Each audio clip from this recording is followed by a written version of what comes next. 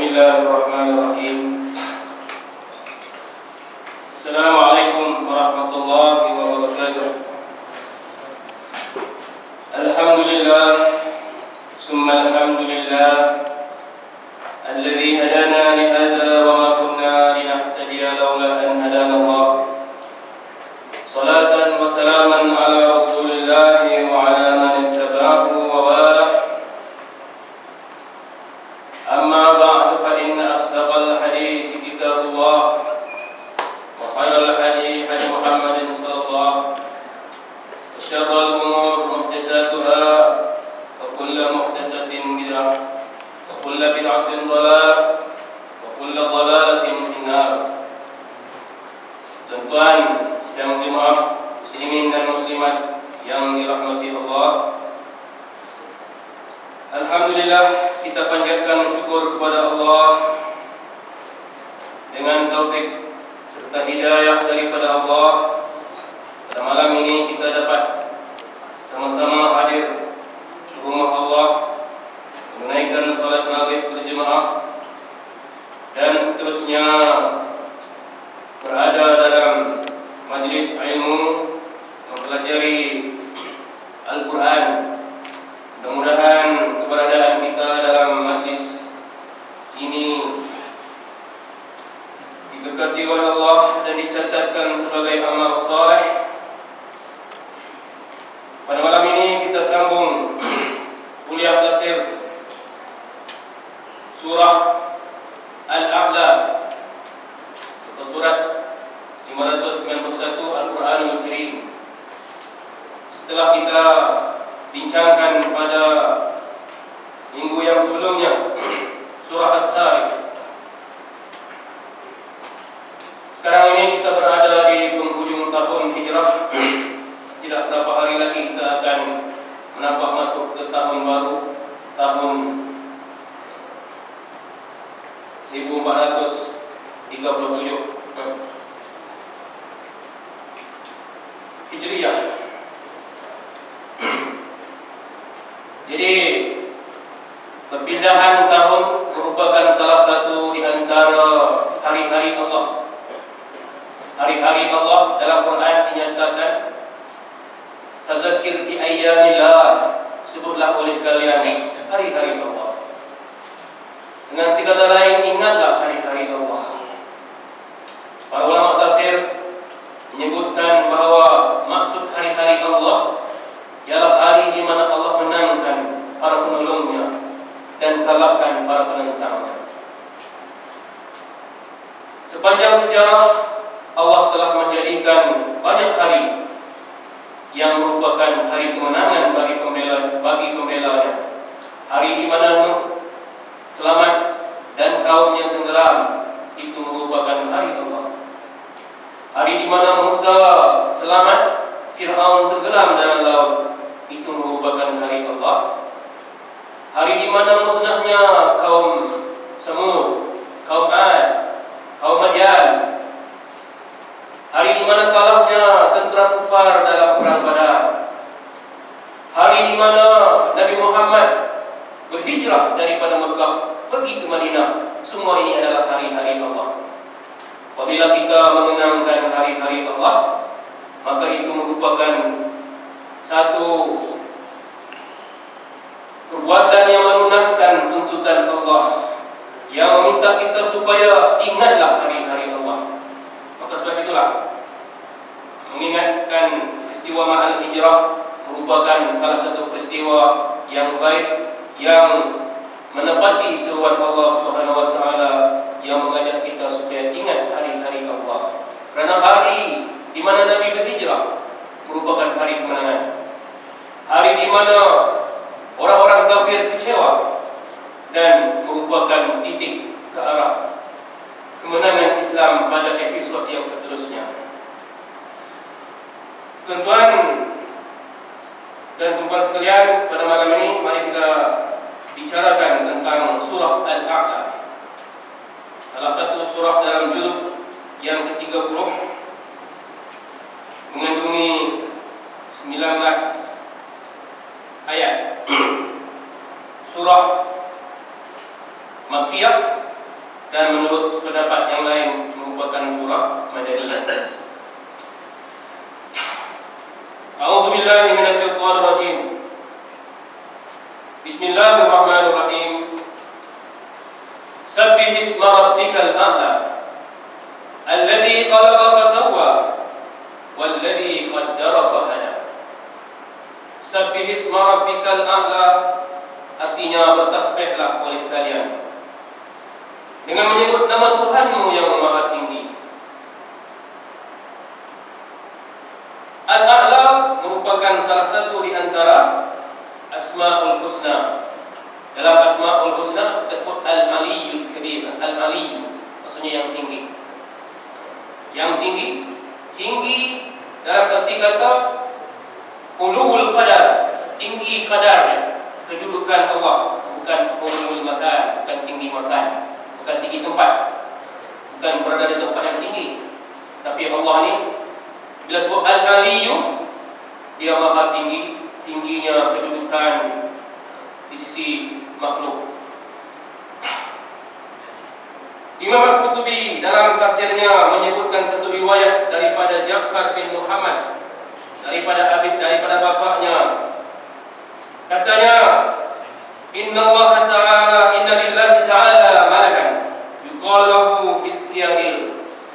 Jadi ada satu riwayat mengatakan bahawa bagi Allah ada satu malaikat yang namanya Hizqiyil. Nama ni kita pun ada nama yang kita bisa dengar: Jibril, Mikail, Israfil, Munkar Nakir, malaikat maut, Munkar Nakir, dan sampailah yang 10 malaikat. Setengah orang menyebut malaikat yang keempat Israel. Israel ni malaikat maut. Tapi malaikat Israel tidak ada dalam Quran. Sebagaimana nama malaikat Jibril ada dalam Quran, malaikat Mikail ada dalam Quran, malaikat Israfil ada nama dalam Quran, malaikat Israel tak ada nama dalam Quran. Tak ada nama dalam Quran dan tidak ada dalam hadis. Jadi malaikat yang namanya Israel ini dalam Quran disebut sebagai Malakatul Maut. Malakul Maut, malaikat pencabut nyawa. Kita menyebutnya sebagai Israel. Sebenarnya nama Israel ini berkemungkinan besar adalah serapan daripada Israeliat, daripada cerita-cerita Israel. Kita pun terpengaruh bagi nama Israel. Walaupun itu tidak apa-apa, dia tidak bertentangan dengan syariat. Kita mengambil nama-nama yang mana tidak bertentangan, cerita Israeliat yang tak bertentangan dengan nas Islam boleh diterima. Tapi nama yang paling sah adalah nama malaikat al-maut, malakatul maut. Dan nama Hizqiyil ini pun adalah ini riwayat daripada Ja'far bin Muhammad, salah seorang daripada imam Syiah. Imam Al-Qurtubi dia mengambil pandangan ini, dia kata ada satu malaikat namanya Hizqiyil, lahu samaniyatu asyar alf janah, ada 18 sayap. Di antara satu sayap dengan sayap yang lain perjalanannya adalah 500 tahun.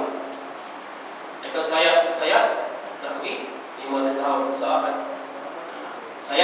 Sayap ada 18. Dari satu sayap ke sayap yang lain 500. Masya-Allah, besarnya. Maka malaikat tadi fakhatara lahu khatir hal taqdiru an tabsira al-arsy jami'ah. Lalu dia pun terfikir, malaikat ini kata, bolehkah aku tengok arasy Allah semuanya? Dia terfikir macam mana? Bolehkah aku melihat arasy Allah seluruhnya? Arasy Allah ni adalah makhluk Allah yang paling besar. Di antara semua makhluk Allah, arasy lah yang paling besar. Bumi, langit, kemudian kursi, syurga, rumah semuanya. Arasy Allah ni lebih besar. Dalam Al-Quran dinyatakan wa kana arshuhu 'alal ma'. Arasy Allah ni Allah bina di atas air. Wa kana arshuhu 'alal ma'. Arasy Allah di atas air. Dalam hadis Nabi dikatakan makhluk pertama yang Allah cipta dalam dunia ini adalah arasy Allah. Setelah Allah mencipta arasy, Allah mencipta qalam, lalu Allah perintahkan qalam, qalamnya pen, qalam tulislah. Maka qalam kata nak tulis apa? Maka Allah kata tulislah ma kana wa ma yakun, apa yang dah lepas, apa yang akan terjadi, semua tulis. Maksudnya tulis semua takdir. Maka qalam adalah makhluk yang kedua yang diciptakan oleh Allah. Maka setelah itu barulah dicipta yang lain-lainnya. Fazadahu Allahu ajnihatan misla, maka Allah pun tambahkan sayap yang seumpamanya, tambah lagi sejumlah sayap yang seperti yang dia ada, tambah lagi 18, tambah 18 lagi. Maka jadilah sayapnya 36.000 sayap.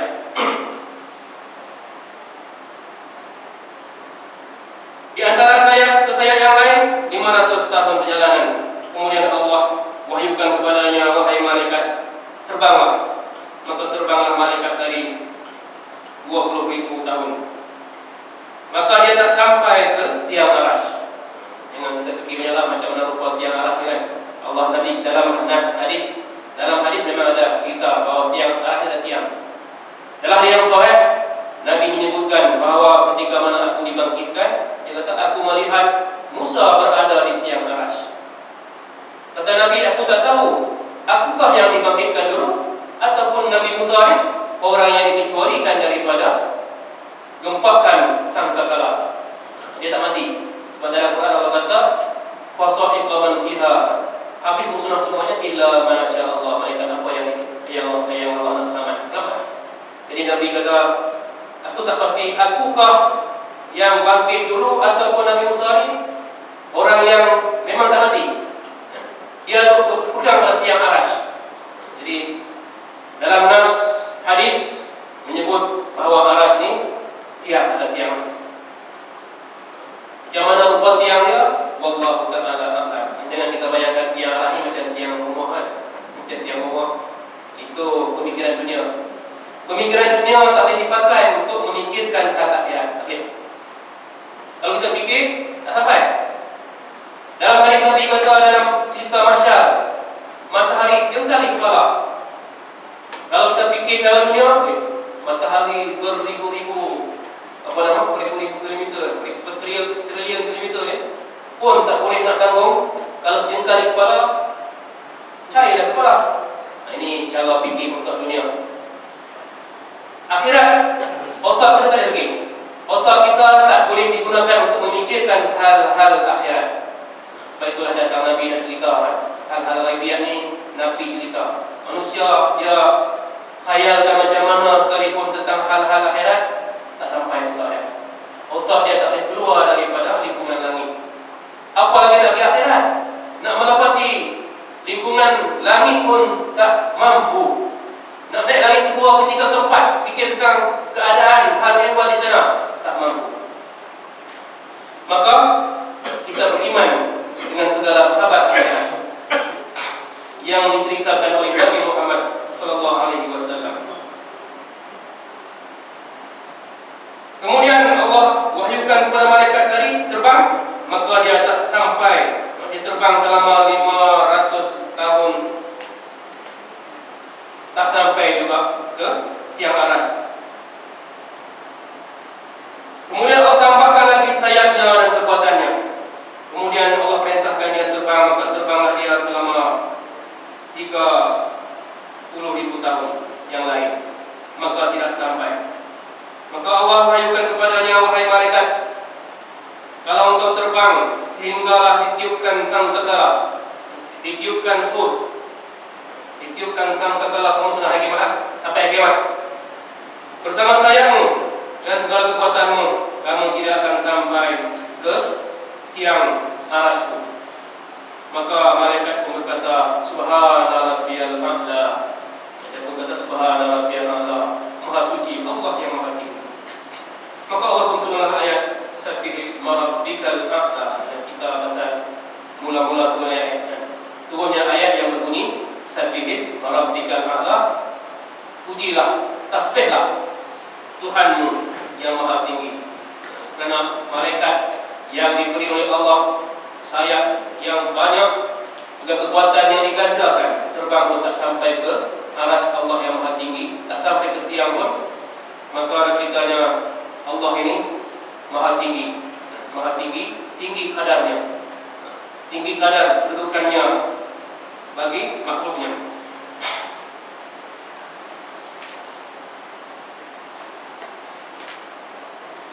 Setelah turun ayat ini, Nabi Muhammad SAW mengatakan,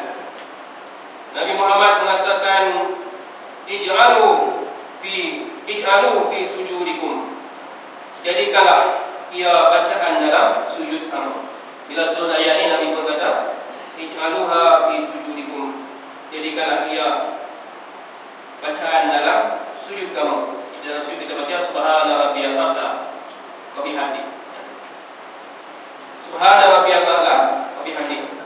Jadi kalau kita tersilap baca subhana rabbiyal azim, kita baca silap subhana rabbiyal azim wa bihamdi. Dalam sujud baca subhana rabbiyal azim wa bihamdi. Dalam rukuk baca subhana rabbiyal a'la wa bihamdi. Jangan salah bayar. Ada pendapat di kalangan 4 mazhab, Hambali kata tak sah. Kalau kita pandai-pandai begitu kah, sengaja subhana rabbiyal a'la wa bihamdi masa rukuk. Menurut mazhab Hambali tak sah. Sebab dia adalah bacaan masyru', bacaan yang ditetapkan dalam rukuk, kita pergi baca bacaan sujud, tak sah. Tapi kalau kita baca subhana rabbiyal a'la wa bihamdi, sebelum kita bangkit rukuk kita ingat, kita berubah, tak apa. Jadi menurut Ahmadiyah. Tapi jumhur ulama Maliki, Hanafi, Syafi'i kata tak batal. Yang rukunnya bukan bacaan, yang rukunnya adalah perbuatan. Bacaan itu sunat. Tak baca apa tak apa. Kita kenal mana rukun mana sunat. Dalam rukun, yang rukunnya adalah perbuatan. Lepas itu dipanggil sebagai rukun fi'li. Ada rukun qauli, ada rukun fi'li. Rukun qauli dan sembahyang ni baca Fatihah, takbiratul ihram, Fatihah, baca tahiyat, salawat, salam. Imam itu rukun qauli. Sementara bacaan dalam sujud subhana rabbiyal a'la wa bihamdi, dia bukan rukun. Tapi kita sunat sujud sawi. Kita sunat sujud sawi. Walaupun kita silap, kita sunat sujud sawi. Baca subhana rabbiyal a'la wa bihamdi sampai tak ingat. Bangun pada rukuk, kita baca subhana rabbiyal a'la wa bihamdi. Dalam kali bila dah rukuk, baru pada sujud baru ingat.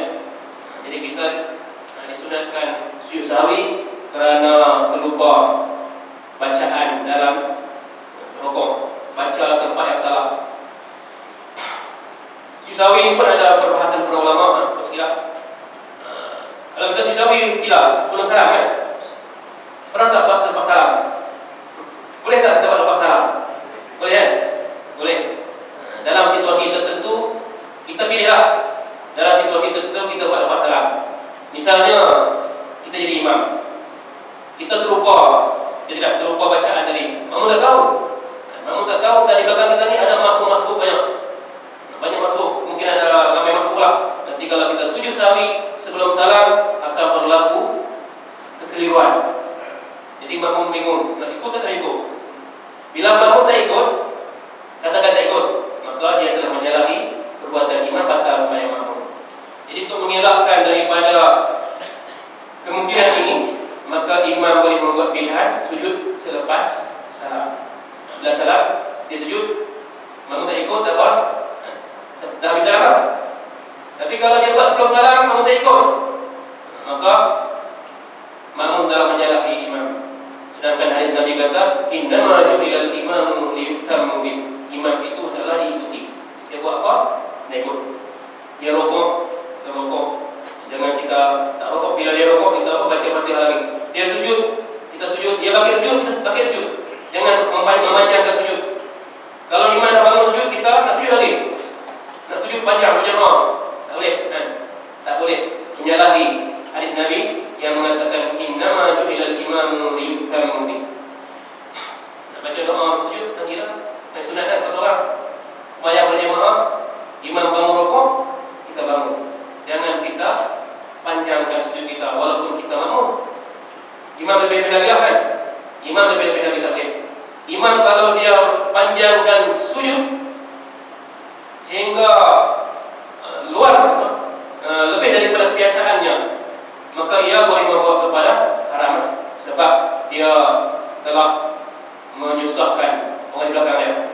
imam dia kena mempertimbangkan hal-hal yang dia kena sujud sekadar yang munasabah. Subhana rabbiyal azim, subhana rabbiyal a'la wa bihamdihi kali dibaca cukup. Kalau dia nak baca lebih pun menurut pendapat setengah ulama, dia kena minta kebenaran daripada makmum. Betul. Hari ini kita nak baca sujud 12 kali. Nak beritahu. Jangan dia baca subhana rabbiyal a'la wa bihamdihi, subhana rabbiyal a'la wa bihamdihi 12 kali, lebih dari 3 kali. Sehingga lama panjang sujudnya, maka dia telah menimbulkan sesuatu yang dilarang dalam solat berjemaah. Baik, seterusnya ayat yang kedua, allazi khalaqa fasawwa, yang telah mencipta. Siapa? Allah. Allah yang telah mencipta, fasawwa, lalu ia menyempurnakan penciptaannya. Sawwa maknanya Allah menjadikan ciptaannya sempurna. Kata Ibnu Abbas, hasuna ma khalaqa, hasana ma khalaqa, dia memperelokkan apa yang dia ciptakan. Laqad khalaqnal insana fi ahsani taqwim. Allah kata semuanya kami telah ciptakan manusia seelok-elok binaan. Seelok-elok binaan ini kita tengok pada ciptaan kita, no komen. Tak ada bantahan. Tak ada boleh kata kenapa Allah buat telinga dua? Buat telinga tiga kan bagus. Telinga dua yang paling bagus. Tak ada yang mungkin. Kenapa Allah buat jari kita tak sama panjang? Kalau buat jari sama panjang kan bagus. Ini tanda kata Allah sawwa. Walaupun tak sama panjang, tapi khalaqa fasawwa, Allah telah menciptakan jari kita ini lalu memperelokkan ciptaan jarinya. Demikianlah seluruh tubuh kita, dari hujung rambut, hujung kaki, sawwa, Allah telah menyempurnakan ciptaannya sehingga orang yang melihat ciptaan Allah ini, dia tak boleh kata ini tak betul. Cara buat yang jadi tak betul. Cara yang betulnya begini, tidak ada. Jadi itulah maksud sawwa. Semua ciptaan Allah adalah sempurna dan tidak dapat dibantahi, tak dapat dikomen, tak dapat ditambah baik lagi. Wallazi qaddara fahada, dan dialah yang telah mengkadarkan, menentukan kadar masing-masing dan memberi petunjuk. Allah menentukan kadar. Bila diciptakan satu, Allah tentu kadar. Kadar kehidupannya macam mana, kadar rezekinya, kadar ajalnya, semuanya Allah telah tentukan. Sebagaimana yang telah kita baca dalam hadis Bukhari, jika mana umur selama 120 hari 4 bulan, maka Allah telah tentukan kadar ajalnya. Jika mana dalam janin lagi, berapa lama dia akan hidup dalam dunia, berapa banyak rezekinya, semua ini telah Allah tentukan kadar. Bukan sahaja manusia, tetapi semua makhluk Allah di dunia ini telah Allah tentukan kadarnya, perimbangannya. Jirim-jirim yang ada dalam dunia ini Allah dah tentukan kadarnya. Molekul-molekul udara yang ada di angkasa ini pun Allah telah tentukan kadarnya. Kalau dalam satu molekul itu ada lebih hidrogen, H2O, katakan ada 2 H, satu O, dia terbakar. Hidrogen ini dah yang pernah terbakar. Tapi Allah Maha Bijaksana. Allah telah menciptakan kadar molekul udara itu yang mana air jadi H2O. Kalau lari kadarnya jadi air, jadi apinya. Itulah dalam hadis wa izal biharu sujira, dalam Quran wa izal biharu sujira yang kita bacakan sebelum ini. Ketika mana laut dinyalakan api, macam mana laut dinyalakan api? Para ulama moden seperti Dr. Zaglul Najjar, dia cuma mentafsirkan ayat ini dari segi sains. Dia kata bila dah nak kiamat nanti, laut akan terbakar. Kenapa air laut boleh menyala api? Kerana komponen air dalam laut tu dah tak seimbang lah. Dia bukan lagi H2O, satu hidrogen, 2 oksigen. Dia dah lari. Bila lari, air pun jadi terbakar. Air jadi api. Jadi Allah mengatakan qaddara fahada, lalu dia memberi petunjuk, memberi hidayah. Imam Al-Qurtubi menceritakan satu cerita, dia kata nak menjelaskan ayat ini, dia kata diceritakan bahawa bulan apabila telah sampai usianya selama 1000 tahun. Bulan ni ada yang sampai umur 1000 tahun. Bila umurnya 1000 tahun, maka dia akan jadi buta. Ini kata Imam Qurtubi dalam tafsirnya. Lalu Allah mengilhamkan kepadanya untuk menyapukan matanya dengan daun rosian. Saya coba tengok rosian ini dalam Google. Rosian, daun yang bericik-icik. Dia macam daun sambal. Jadi ada di padang pasir. Jadi ular ni dia akan pergi cari daun ni. Kemudian dia sapu matanya, maka dia pun dapat cerek balik. Ini ular, kisah ular. Bila umurnya 1000 tahun dia buta. Hal yang sama berlaku pada haiwan-haiwan yang lain. Lebah, Kukuk ni pergi ambil tanah buat sarang. Sarang tu pula kita ambil buat ubat kan. Betul kan? Jadi daripada mana kukuk ni tahu semua ni? Daripada mana lebah boleh tahu? Cari bunga sana sini, madu, buat madu kita ambil. Semua ini membuktikan bahawa fahada, Allah beri hidayah. Hidayah kepada segala makhluknya untuk buat begini.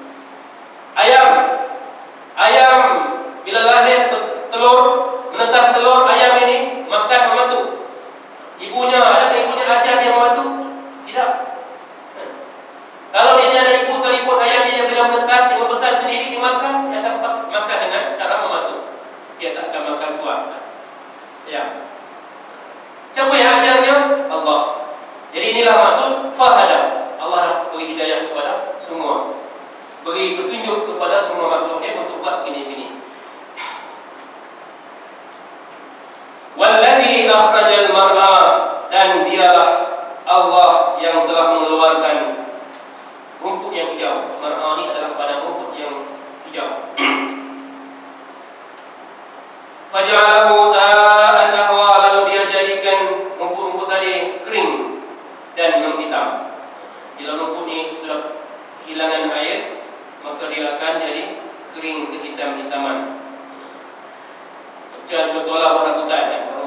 Tengok orang hutan. Bila bermula hijau, kemudian dia menguning, merah, kemudian dia kering. Bila kering, jadi hitam. Ahwa maknanya menghitam. Dia akan berakhir dengan jadi hitam. Sanuqri'uka fala tansa, kami akan bacakan kepadamu wahai Muhammad ayat-ayat kami, maka jangan kamu lupa. Kamu tak lupa. Kamu takkan lupa. Kamu takkan lupa. Fala tansa, kamu takkan lupa.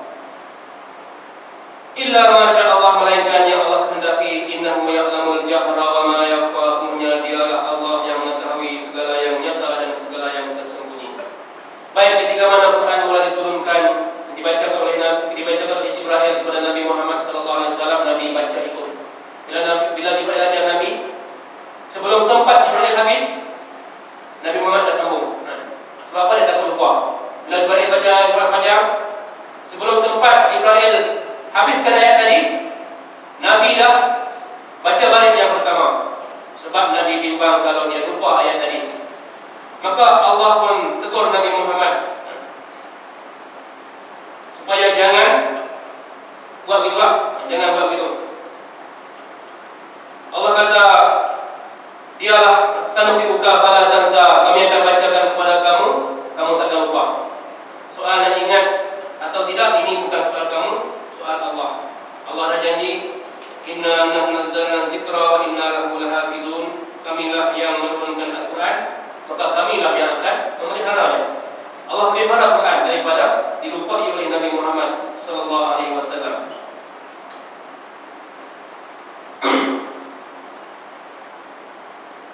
Kemudian Allah kata illa masya Allah, melainkan apa yang Allah kehendaki. Kamu lupa? Lupa yang berlaku pada Nabi itu bukan maksudnya Nabi tak ingat. Tapi bila Allah mansuhkan ayat tadi, Nabi tak baca. Bila Nabi tak baca ayat itu, maka ayat itu dimansuhkan. Dalam Al-Quran Allah menyatakan ma nansakh min ayatin aw nunsiha, kami tidak mansuhkan satu ayat atau kami lupakan kau. Kami lupakan ia akan kamu. Illa na'ti bi khairin min illa na'ti bi khairin minha aw misliha, melainkan kami bawa yang lebih baik daripadanya atau yang serupa dengannya. Jadi maknanya kalau Nabi lupa ayat-ayat tertentu, maka itu maksudnya Allah dah mansukh. Nabi tak lupa. Nabi tak lupa, tapi ayat itu Allah mansukh. Innahu ya'lamul jahra wa ma yakhfa, Allah yang mengetahui yang dinyatakan dan yang disembunyikan. Fazakir in nafa'atiz zikra, maka berilah peringatan, sesungguhnya peringatan itu memberi manfaat. Kata Ibn Abbas, tanfa'u awliyai wa la tanfa'u a'dai. Al-Quran ini akan memberi manfaat kepada para wali-waliku, tetapi tidak memberi manfaat kepada seterus-terusku. Apabila Allah mengatakan berilah peringatan, tazkirah, tazkirah itu akan memperingat, akan memberi faedah kepada orang-orang yang beriman. Maka kita faham, kalau tazkirah tak beri faedah kepada dia tak termasuk dalam kalangan orang-orang yang beriman. Maksud, fa inna zikra tanfa'ul mu'minin, dalam ayat yang lain Allah kata semuanya peringatan itu akan memberi faedah kepada orang beriman. Apa mafhumnya? Mafhumnya, kalau kamu beriman, kamu akan dapat faedah daripada peringatan. Kalau peringatan diberi, kamu tak dapat faedah, malah kamu rasa benci, tak suka dengar peringatan-peringatan yang datang daripada Allah, Rasulnya, dan peringatan-peringatan yang disampaikan melalui Al-Quran dan hadis. Tak suka, dia benci, maka dia tiada sifat al-mu'minin. Sebab Allah kata, fa inna zikra tanfa'ul mu'minin, semestinya peringatan itu akan memberi faedah kepada orang yang beriman. Jikalau seseorang itu hatinya tidak beriman, maka peringatan akan memberi faedah kepadanya. Saya zakkaru man yakhsha, akan mengambil peringatan mereka yang takut. Orang yang takut kepada Allah, Allah kata dia akan dapat peringatan. Bila peringatannya diberi, dia akan mengingatkan dia. Wa yatajannabuhal ashqa, dan akan menjauhi peringatan itu orang-orang yang durhaka. Siapa yang durhaka akan menjauhi peringatan tersebut. Ayat ini diturunkan, dikatakan bahwa yang diturunkan tentang Al-Walid bin Al-Mughirah, Utbah bin Rabi'ah. Ini antara pemuka-pemuka Quraisy yang mana bila Nabi baca Al-Quran, mereka mengedit-edit Nabi Muhammad SAW. Lalu Allah telah mencela mereka. Alladhi yaslan nar al-kubra, yang mana akan masuk neraka yang besar. Neraka yang besar, neraka yang paling bawah, as-sufla. Neraka yang paling bawah ini neraka besar, neraka yang atas, neraka yang paling ringan. Neraka yang bawah sekali adalah untuk orang-orang kafir. Allazi waquduhan nas wal hijarah, kata Allah, yang mana neraka ini waquduhan nas wal hijarah, kayu api bakarnya adalah manusia dan batu-batu berhala. Ayo ke bawah sekali.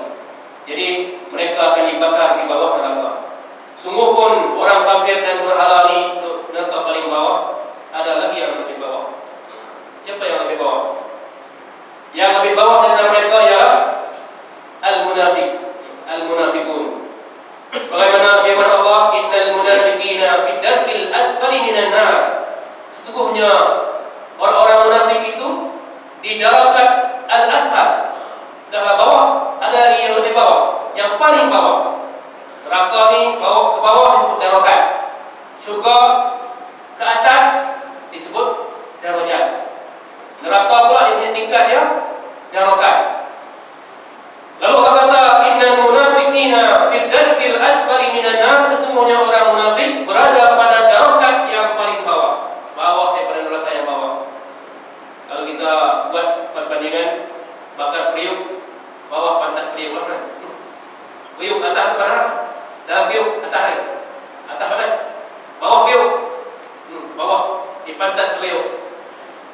Maka itulah tempat bagi orang-orang munafik. Lalu Allah kata orang-orang yang menjauhi peringatan itu, mereka akan masuk ke dalam neraka yang besar, yakni neraka yang paling bawah di antara tingkat-tingkatnya.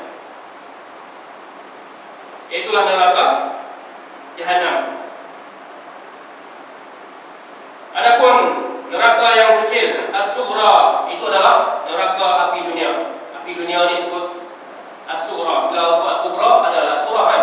Bila besar ada kecil. Narul kubra, neraka besar. Itulah neraka Jahannam yang paling bawah. Narul sughra adalah api-api dunia yang mana ada di dunia ini, maka itulah disebut sebagai narul sughra. Summa la yamutu fiha wa la yahya, kemudian mereka tidak hidup, tidak mati di dalamnya dan tidak pula hidup. Dalam neraka ini mati pun tidak, hidup pun tidak. Macam mana kan? Mati pun tidak, hidup pun tidak. Kata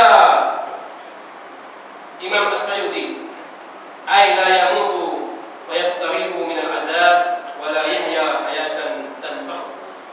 Maksudnya dia ni tidak mati yang mana matinya itu membuatkan dia rehat. Bukankah mati kita ni kita rehat? Kalau kita orang yang beriman, kematian kita merupakan kerehatan untuk kita daripada dunia yang penuh dengan pancaroba. Kalau kita orang jahat, kalau kita ni orang yang jahat, banyak dosa, maka mati kita juga istirahat kepada orang lain daripada gangguan kita. Jadi al-maut istirahah, mati merupakan istirahat. Jadi orang yang masuk neraka ni kata Imam Sayuti, dia kata ay la yamut fa yastarihu min al-azab, dia tak mati yang mana dia tak boleh rehat daripada azab. Sebab dalam neraka ni azab. Sepatutnya dia tak diazab. Bila dia diazab dalam neraka, maka dia tak mati. Sedangkan mati pun boleh rehat kan? Itu dia kan? Wala yahya hayatan tanha, dan dia tak hidup. Sebab kalau hidup dia akan mendapat faedah dari hidupnya. Orang hidup dia akan dapat faedah dari hidupnya. Tapi orang yang hidup dalam neraka ni, dia tidak akan mendapat faedah daripada hidupnya. Hidup pun tak guna. Mati pun susah, hidup pun susah. Jadi dalam neraka tak akan mati lagi. Orang yang masuk neraka tak akan mati, begitulah orang masuk surga. Sebab mati dah dimatikan. Mati ini dah dimatikan. Dalam hadis Nabi SAW, riwayat Abu Sa'id Al-Khudri radhiyallahu anhu, qala Rasulullah SAW, yu'ta bil mauti kahayati kibasin amlah, kata Nabi.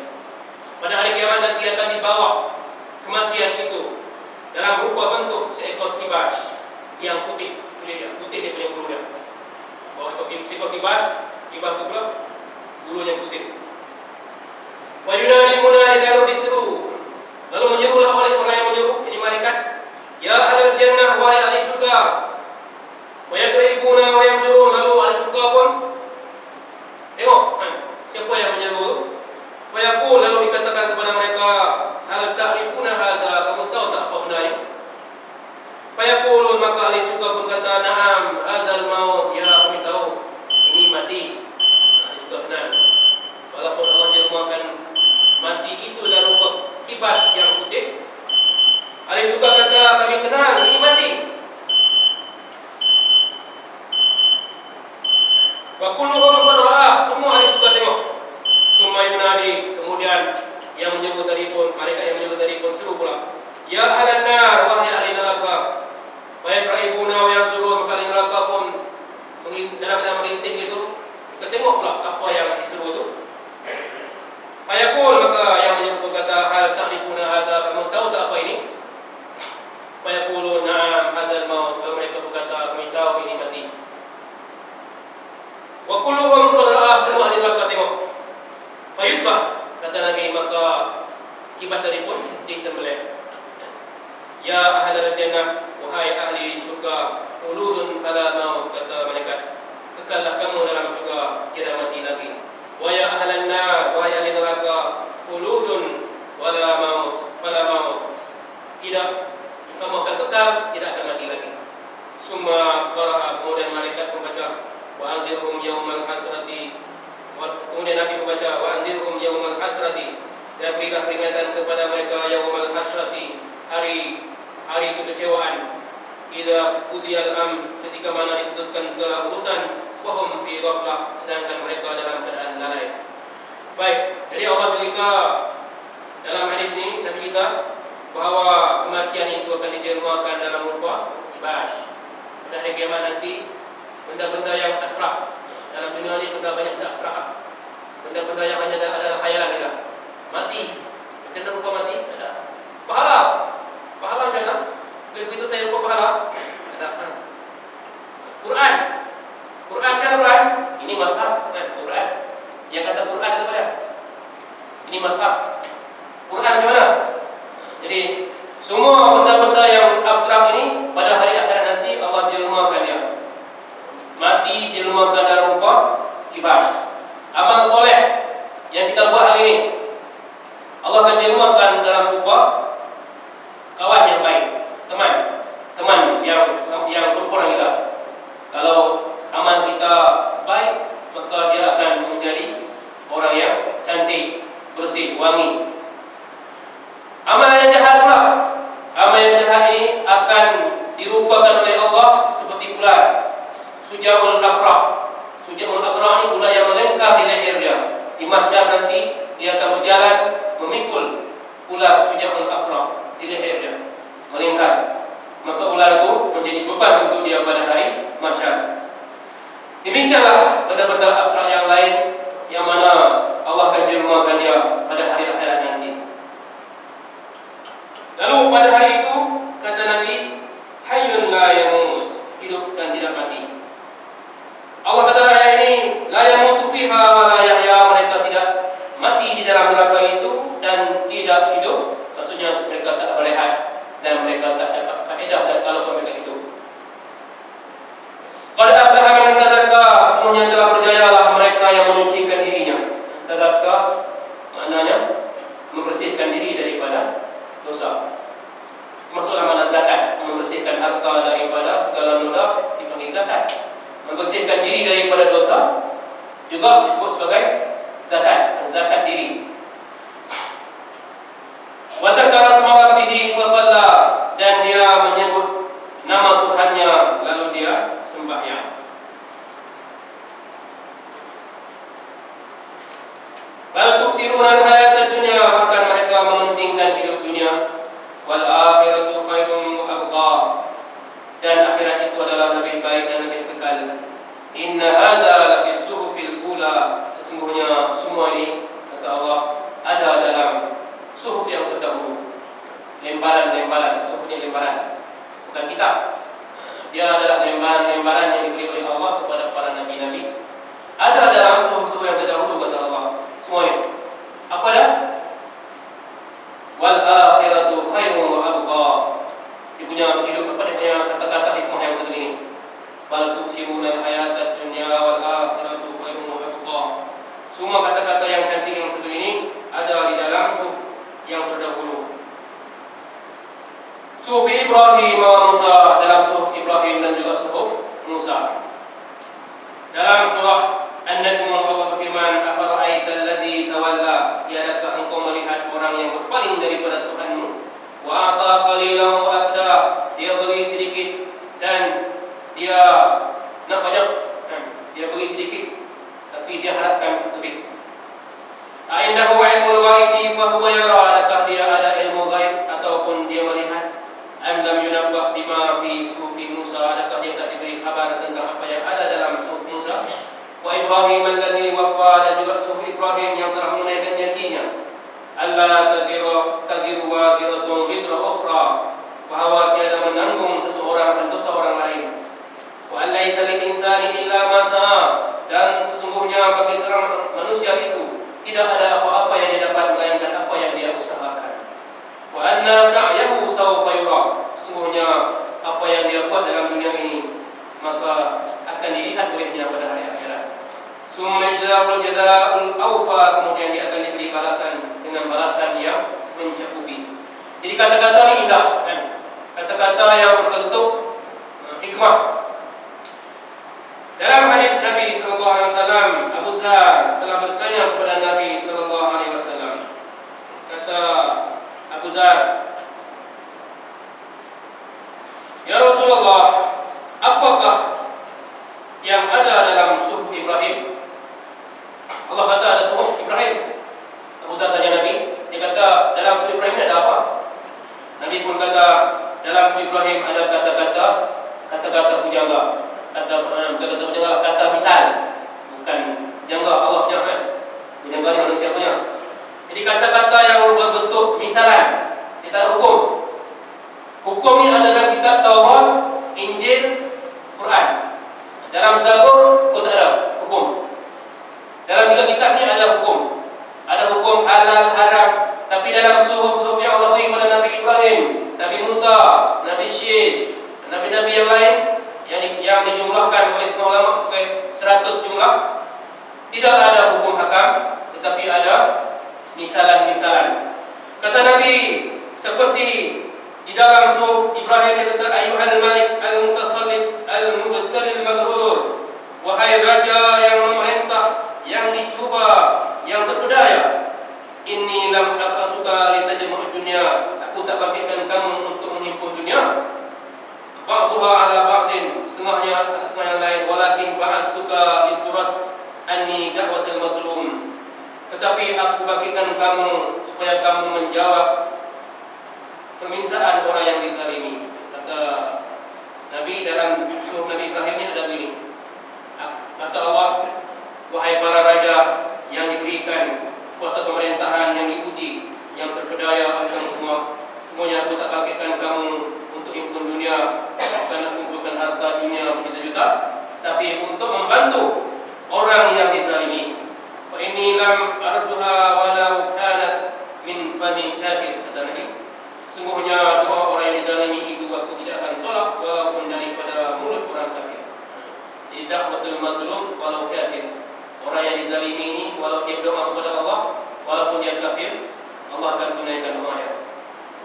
Di antara doa-doa yang mana Allah tidak tolak adalah 3 hadis. Pertama, doa ibu. Kedua, doa orang yang berpuasa. Ketiga, doa orang yang dizalimi. Orang yang dizalimi termasuk orang kafir, ada di dalam kitab Suhuf Ibrahim. Kemudian Abu Zar kata lagi, ya Rasulullah, apa pula ada dalam surah Nabi Musa? Kata Nabi, dalam surah Nabi Musa ini ada ibron, ada pengajaran-pengajaran. Seperti berbunyi, ajibtu liman ra'ad dunya wa taqallubaha bi ahliha kaifa yatma'innu ilaiha. Aku heran melihat dunia. Aku heran melihat mereka yang melihat dunia dan hidup matinya, penduduknya, bagaimana mereka boleh duduk senang. Wa ajibtu liman ayqana bil hisab wadan summa huwa la ya'mal. Dan aku heran pula melihat orang yang yakin dengan hari penghisaban, tetapi dia tidak beramal untuk esok hari. Baik, inilah yang ada di dalam suhuf Nabi Musa. Lalu Allah kata, inna hadza la fi suhufil ula, semua ni yang mana aku ceritakan sebelum ni ada dalam suhuf yang terdahulu, suhuf Nabi Musa, suhuf Nabi Ibrahim, yang mana telah menceritakan tentang falsafah kehidupan sebagaimana yang telah dinyatakan ayat-ayat yang sebelumnya. Jadi itulah dia tentang surah Al-A'la, surah yang merupakan sebuah surah yang memuji nama Allah yang Maha Tinggi. Dalam kalangan Syiah, mereka cuba mentafsirkan Al-A'la ini sebagai Ali. Orang Syiah dia obses dengan perkataan Ali. A'la, sabbihi isma rabbikal a'la, pujilah nama Tuhanmu yang telah menciptakan Ali. A'la ini disebut berkaitan dengan Ali. Jadi antara perkara yang kita terpengaruh oleh Syiah adalah sadaqallah. Sadaqallah, kita baca sadaqallahul azim. Tapi sejak kita terlibat dengan musabaqah Al-Quran, orang-orang Syiah masuk pertandingan musabaqah, ada di kalangan kita dah baca sadaqallahul aliyyul azim. Sebenarnya orang Syiah dia baca sadaqallahul aliyyul azim. Ali yang dimaksudkan itu bukan Allah, tapi Ali. Benarlah Allah Al-Ali, Allah Al-Aliyyul Azim, Ali yang mulia. Jadi mereka bila sebut nama Ali, mereka obses. Mereka merasa sangat, mereka akan lari ke mana dia. Sedangkan Allah itu sifatnya Al-Ali, tapi Ali yang mereka masukkan adalah ahli 10 surah sahabat Rasulullah yang mereka kata yang paling layak menjadi khalifah sesudah Rasulullah SAW, yang mereka sifatkan sebagai al-wasi, sebagai penerus kepimpinan Rasulullah SAW. Sadaqallahul azim. Kita baca sadaqallahul azim. Sadaqallahul aliyyul azim ini adalah satu kalimah yang dicetuskan oleh Syiah. Walaupun ada dalam Quran, ada Quran al-aliyyul azim ini ada, tapi mereka ada makna yang lain. Bila kita dengar satu orang dia baca satu ayat yang betul tapi maknanya salah, ketinggalan. Kita kena tinggalkan. Walaupun dia baca betul tapi dia punya tujuan dia salah, maka kita kena elak daripada menggunakan perkataan-perkataan yang sedemikian. Sebagaimana dalam Quran Allah kata, ya ayyuhalladzina amanu la taqulu ra'ina walakin qulu unzurna.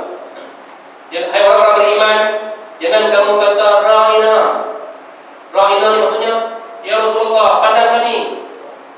Itu maksudnya. Tapi orang Yahudi kata ra'ina ini maksudnya mati kau Rasulullah. Ra'ina dalam bahasa Yahudi, mati kau.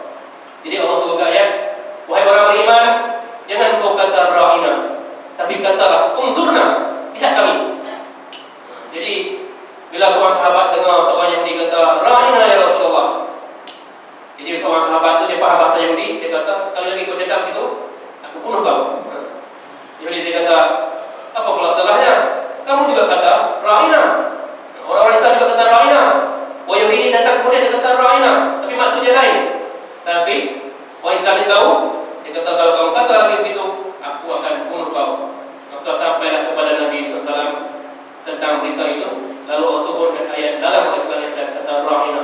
Walaupun ra'ina ini bagus, sama saja maknanya dengan unzurna, lihat kami, maka Allah larangnya sebab telah diputar maknanya, kepada makna yang lain, kepada kepahaman yang lain.